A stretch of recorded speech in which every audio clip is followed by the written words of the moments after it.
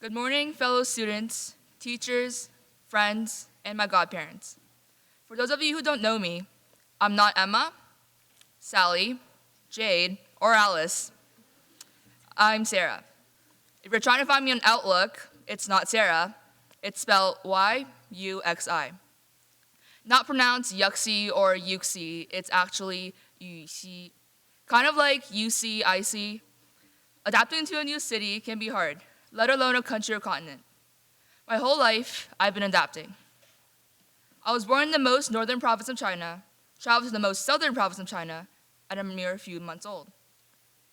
When I was 4, I flew to Toronto with my mom and lived there for a whole year knowing no English at all other than hello, yes, no, goodbye, thank you, and the word penguin upon our arrival. Throughout grade 1 and 2, I went to school in China while frequently visiting my parents in Toronto during the winter and summer breaks. On these trips, I would fly by myself from one continent to the other on 14-hour plane rides where I played Pokemon, the Fire Red version, for the whole duration. The constant moving between the two countries made me fluent in both English and Mandarin. In grade 3, I began my school year in Canada. New school, new country, new friends. Grade 3 wasn't an easy year, not just because of EQAO and cursive writing classes, but the first day of school was actually my birthday. New school, new country, no friends just yet, and it was my birthday. I sat through the first class awkwardly before the teacher realized it was my birthday and proceeded to tell the class to sing me happy birthday. Just a bunch of strangers saying happy birthday to a stranger. What a great way to start off the school year. My transition to my first year of schooling in Canada was relatively easy. While I did struggle to reach Charlotte's Web, I was proud of myself to never have gone through ESL classes. After learning that my mom was pregnant with my little brother, William, my family and I left for China to begin the second half of my school year at my old school. Moving constantly was tough on my schoolwork. Since I left halfway through the school year, I also only learned half the alphabet in cursive. Halfway through my grade 4 year in China, I came back to Canada with my family of now 4. I began school in another new school in Richmond Hill and stayed there for about 2 months before moving again to a school in Thornhill for me to finish the 3rd term. Coming back to school in Canada was much different this time around. In the public school system, schools begin to teach French at the beginning of grade 4. Since I came in halfway through grade 4, I did not understand a single thing. Every night, I frantically tried to replace words from an English sentence with the equivalent word in French to finish my homework. I continued to go to the same school until grade 6. This was the longest time I've ever been to a school other than Appleby. Here I started to understand what exactly pop culture was. With all the moving back and forth in between countries, pop culture is something that I really lagged behind. The first English song I ever knew was Womanizer by Britney Spears. Even though I heard this song on the radio countless times when I was 4 or 5, I didn't know the name or the artist until I came here in Appleby in grade 7. The only TV channel I knew of was Treehouse, up until I was in grade 5, where I finally discovered YTV and Family Channel and began to watch Hannah Montana, Sweet Life of Zack and Cody, and Fairly Odd Parents religiously every day after school. Watching Treehouse until you're 11 may seem like an all-time low point in your life, but Dora did teach me how to speak basic Spanish and many life lessons.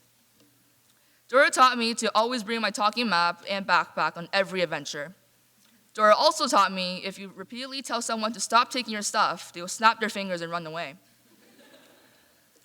Towards the beginning of 6th grade, my parents decided I should attend a private school to increase my chances of getting into Harvard for undergrad. While that may have never happened, I did have the best 6 years here at Appleby.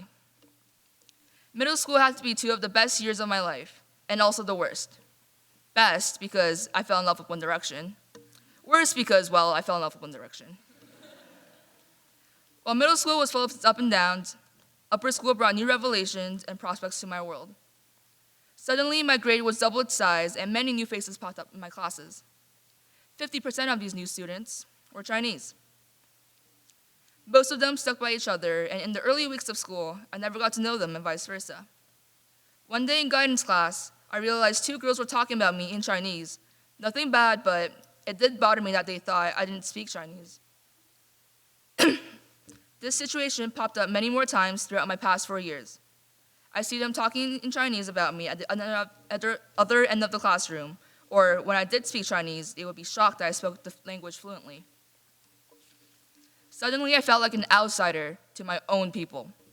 Sometimes my own friends would even forget that I'm Asian. Then there were others in the school who I didn't know much of, the ones that are shocked when I spoke perfect English, and the ones that assumed me to be just another Asian boarding student from China. So, who am I? With over 40 nationalities and cultures represented on this 60-acre campus, we all get to learn something new every day from each other. With so many nationalities coming together, we also struggle to stereotype everyone and put them in groups. Stereotypes are everywhere. The city you live in says something about who you are. The car you drive represents your values and income. People think they know you based on their assumption of where you come from. Perhaps it's human nature to attempt to understand through categorizing. Perhaps the ability to classify someone as a Toyota-driving Chinese man makes it easier because it undercuts the necessity to engage, to ask questions, to hear stories, to get to know someone. Perhaps our obsession with stereotypes stems from the immediate reward with which we are so accustomed.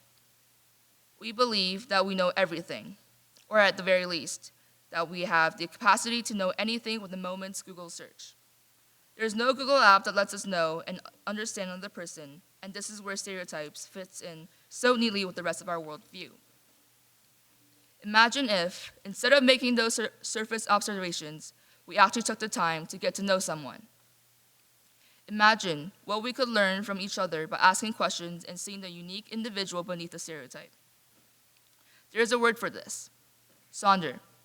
The realization that each passerby has a life as vivid and complex as your own.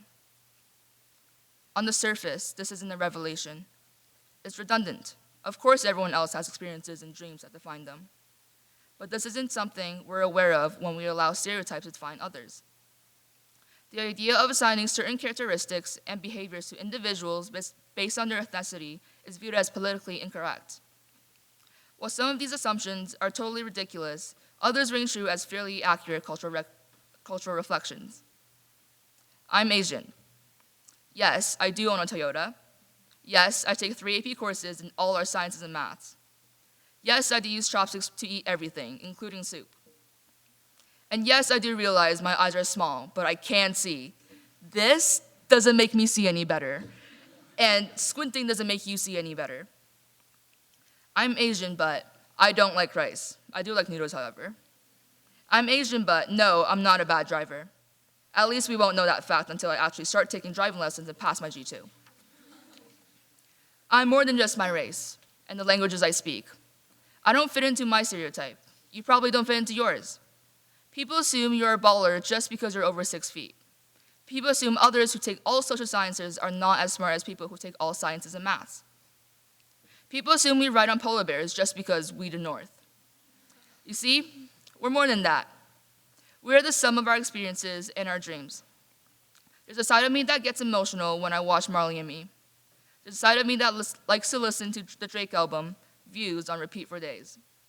There's a side of me that is protective over my friends and family. There's a side of me that wants to travel all over the world. Each person has multiple sides that cannot be known through stereotypes alone.